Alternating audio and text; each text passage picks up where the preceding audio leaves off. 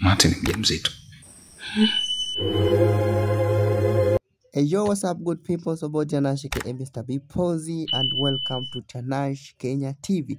Kama you subscribe, watch, subscribe, comment, like and share the videos and make sure hit notification bell ili kupata kila kitu itakuwa ina happen.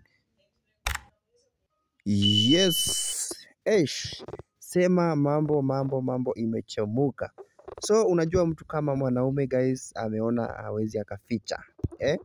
Ameona kuficha, sasa mwisho wake itaenda pabaya kabisa, na akaamua kumwambia mwenyewe ule mchepuko wake ambaye anaitwa Mati ako na mimba. So ile time alikuwa amemwambia ako na mimba, alishtuka sana bibie. So vile alishtuka akapata mshtuko wa kufaint. Mchwangu.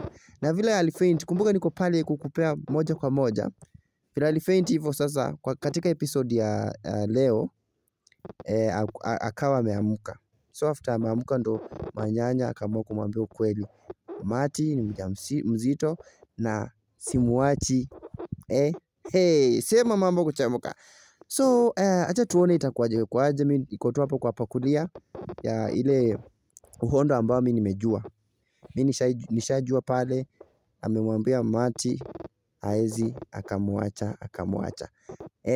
Yeah. So make sure guys hit that notification bell ili kupata kila kitu itakuwa ina happen. Hata ukiangalia pale kwa katika movie yetu, yani kuna mshtuko ambao bibi yake ameshtuka kabisa.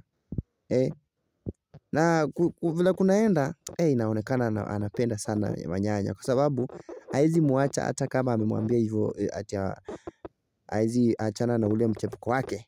Lakini wewe tulia pale, kaa ukikula ukingoja pale uhondo moja kwa moja. Make sure guys una subscribe, watch, comment, like and share videos, and make sure you hit the notification bell ili kupata kila kitu yenye itakuwa ina happen. Bye bye.